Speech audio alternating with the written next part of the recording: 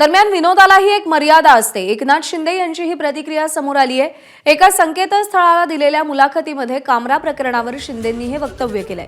एखाद्या विरुद्ध सुपारी घेतल्यासारखं सुरू आहे। कामरानं सुप्रीम कोर्ट, पंतप्रधान आणि अर्थमंत्र्यांवरही वक्तव्य केलंय।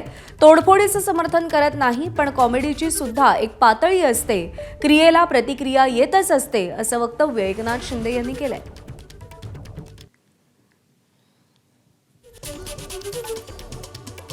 एकनाथ शिंदेंनी एका वेबसाईटला ही प्रतिक्रिया दिली आहे। अभिव्यक्ती स्वातंत्र्य आहे, व्यंग आहे, हे आम्हाला कळतं, पण याला एक मर्यादा हवी।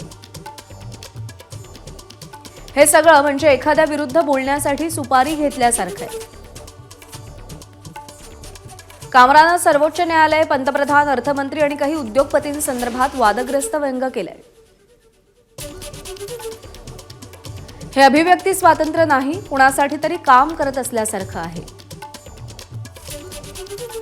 तोडफोडीचं समर्थन नाही, मात्र कॉमेडीची एक लेव्हल असते, नाहीतर क्रियेला प्रतिक्रिया येतच असते।